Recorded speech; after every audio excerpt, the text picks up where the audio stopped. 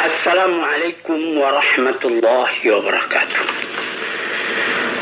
Selamat pagi dan selamat mengerjakan ibadat. Moga-moga amal kita diterima oleh Tuhan.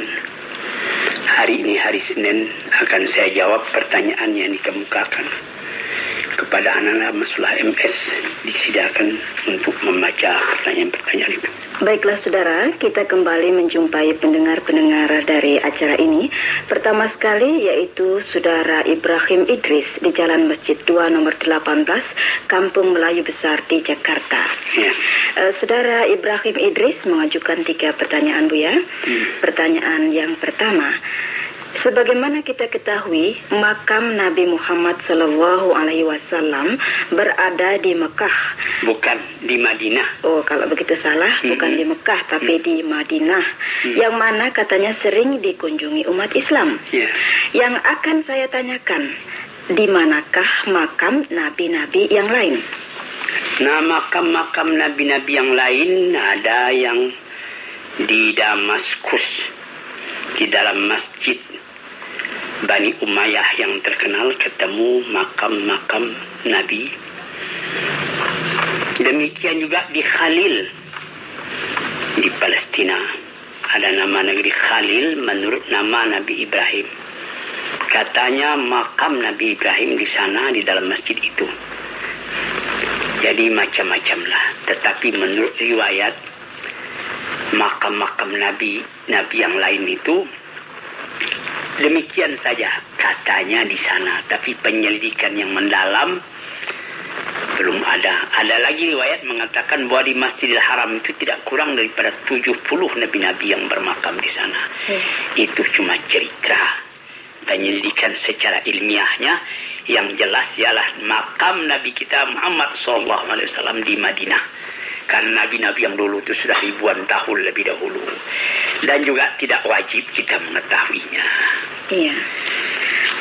Kita teruskan dengan pertanyaan yang kedua. Iya.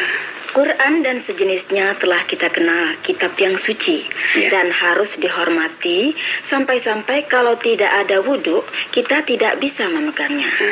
Tapi kenapa kitab yang dianggap suci itu dijual dan ditaruh saja di pinggir jalan, seolah-olah disamakan saja dengan buku yang lain, seperti majalah dan buku-buku yang lain?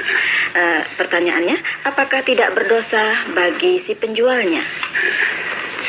Kalau orang yang menjual itu ada kesadaran beragama, menjual Quran ya boleh, taruh kali di tempat yang baik, yang layak. Iya. Jadi memang itu perbuatan tidak sopan namanya.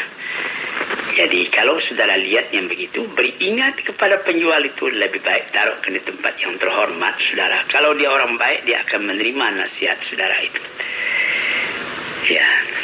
Kita teruskan, Bu ya. Iya. Pertanyaan yang ketiga. Apakah benar kalau kita sembahyang, kain atau sarung yang kita pakai itu jangan sampai menutup mata kaki? Kalau tertutup, sembahyang kita tidak syah. Tidak sampai begitu. Baiknya mata kaki itu terbuka sedikit. Iya. Tapi tertutup. Bagaimana kalau pakai kaos kaki nanti? Jadi mengatakan tidak sah sembahyang. Coba lihat apa yang membatalkan sembahyang. Ada apa tersebut di dalam kitab fikih? Membatalkan sembahyang kalau kaki itu tertutup, mata kaki tertutup. Tidak ada itu. Jadi jangan ditambah-tambah. Iya. Iya. Apalagi kalau wanita ya, Bu. Iya. Harus tertutup malah. Iya, tertutup ya. Tapi tidak juga kan bisa pakai kain dengan baik ya. Iya. Baiklah, sudah selesai surat dari saudara Ibrahim Idris. Sekarang kita teruskan dengan surat yang kedua. Surat yang kedua dari saudara Darman Syah Johar, Jalan Keramat Kuitang 2, Jakarta Pusat. Pertanyaannya hanya satu. Wajibkah seorang anak bayi yang sudah meninggal dunia kita kekahkan, sedangkan anak orok itu belum berdosa? Mohon jawaban dari Buya. Akikah itu pada umumnya tidak wajib melainkan sunat. Sedangkan orang yang masih hidup lagi sunat diakikahkan, apalagi yang telah meninggal. Jangan lupa itu. Sunat muakkad artinya berpahala kalau dikerjakan, tidak berdosa kalau tidak sanggup mengerjakannya. Jadi kalau sekiranya susah pada hari ini, mudah-mudahan di hari lain ada kelapangan, pada waktu itulah diakikahkan. Baik juga kalau telah meninggal itu, diakikahkan juga kalau ada kesanggupan kita. Kemudian surat yang ketiga dari Saudara Syafril, Jalan Abisin, nomor 43, Bogor. Pertanyaannya, bagaimanakah hukumnya seorang mu'alim muslimin ikut drama yang memegang peranan sebagai Maria untuk hari Natal, katanya? Saya rasa tidak usahlah. Tidak usahlah kaum muslimin turut pula, apalagi membuat lakon Maria pada hari Natal. Sebab bagi saudara kita kaum Kristen, Maria Ibu Isa itu juga dipandang sebagai Tuhan. Jadi kita akan menyetujui itu, namanya menganggap dia sebagai Tuhan. Padahal bagi agama kita tidak ada Tuhan melainkan Allah. Bagi saudara kita orang Kristen, Nabi Isa itu sendiri Tuhan, dan ada mazhab dalam kalangan mereka Maria itu pun Tuhan. Jadi apa guna kamu sebagai orang muslimin turut pula merayakan itu dan mengambil lakon yang begitu lagi? Di dalam Quran dikatakan, wa may yatawallahu minkum fahuwa minhum. Barang siapa yang menyetujui mereka itu, dia termasuk mereka pula. Dengan tidak sadar kamu nanti termasuk orang Kristen padahal kamu orang Islam. Itu tidak mengurangi kerukunan kita beragama. Kerukunan beragama bukanlah orang Islam turut beramalkan agama orang Kristen turut Aidil Fitri, bukan begitu kerukunan agama. Kacau nanti. Ya. Cukup jelas, Saudara Syafril, jawaban dari Buya tadi. Kemudian kami jumpai Saudara Subadri, juga di Jakarta. Pertanyaannya, apakah hukumnya seorang pemuda bermukim atau tidur di masjid? Bermukim, ya. Ya, sebaiknya jangan. Karena kamu tidur nanti, kamu mimpi malam. Lantas kamu ada sperma, ada mani di situ nanti. Jadi kamu sudah, dengan itu tidak wajib lagi sembahyang. Kamu mesti mandi lebih dulu. Mengapa mandi lebih dulu? Karena kamu sudah najis. Jadi janganlah di masjid. Di pakarangnya saja, di rubatnya saja ya boleh, tapi jangan di dalam masjid. Orang mau sembahyang juga di situ. Pertanyaan kedua, seorang bujangan pada suatu pernikahan saudaranya bertindak sebagai wali, apakah boleh? Boleh. Memang kalau ayahnya sudah meninggal, maka saudara laki-lakinya lah yang menjadi wali yang lebih akrab. Bagus. Kemudian kami teruskan dengan surat yang kelima. Surat yang kelima dari Ibu Kartijah, Jalan Panaragan di Bogor. Bogor, ya. Dua di Bogor, ya. Pertanyaannya, Sholat tasbih. Ada perkataan yang berbunyi, hendaklah kau sembahyang 4 rakaat. Pada tiap-tiap rakaat kau baca Fatihah, dan satu surat lain kau baca sambil berdiri 15 kali.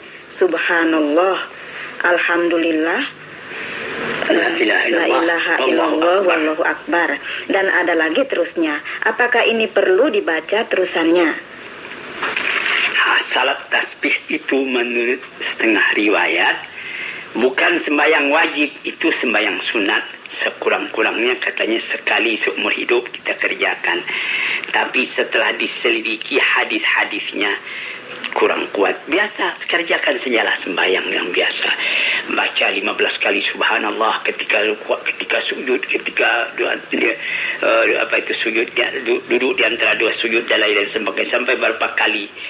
Tidak kuat hadisnya. Pertanyaan yang lain, Bu, ya. Sholat duha, apakah diperbolehkan bila belum hafal betul surat Wadduha dan Samsi? Bolehkah kita baca surat lain saja? Boleh. Kalau kita sembahyang duha itu sembahyang sunat, sekurang-kurangnya 2 rakaat. Kalau lebih lagi lebih baik sampai 8 rakaat, 22. Sebagaimana pernah saya katakan pada pertanyaan di minggu yang telah lalu. Iya. Faqra'u ma tayassara minal Quran, bacalah mana yang hafal, mana yang mudah kita baca. Mana yang belum hafal tidak usah dibaca. Qul huwallah bisa dibaca terus.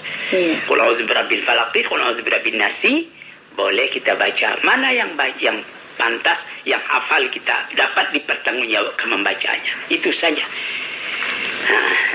Kita sampai pada surat yang ke-6 atau surat yang terakhir untuk pagi hari ini. Ya. Berasal dari saudara Saidana di Kebun Kacang 22-51A Jakarta. Ya. Hanya satu pertanyaan, Bu ya. Ya. Sahkah sholat jika seseorang yang menjadi imam itu kurang memenuhi syarat karena imam itu cacat tubuhnya? Cacat tubuh, kalau tidak ada yang lain, itu sah.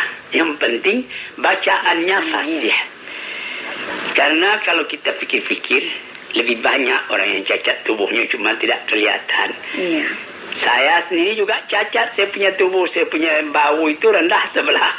Kalau berarti kan terkenal itu. Iya. Atau saya punya muka juga bopeng, kan susah itu. Jadi mencari orang yang mencari bintang film, jadi supaya tentu tidak. Jadi jangan difikirkan sampai begitu. Cacat tubuh itu apa? Yang susah cacat hati. Sebab dikatakan di dalam hadis Nabi, innallaha la yanzuru ila suwarikum wala ila ajsamikum walakin yanzuru ila qulubikum wa amalikum. Artinya Allah Ta'ala tidak memandang kepada rupa kamu atau kepada tubuh kamu, entah cacat, entah tinggi, entah rendah, entah pengkang, entah condong.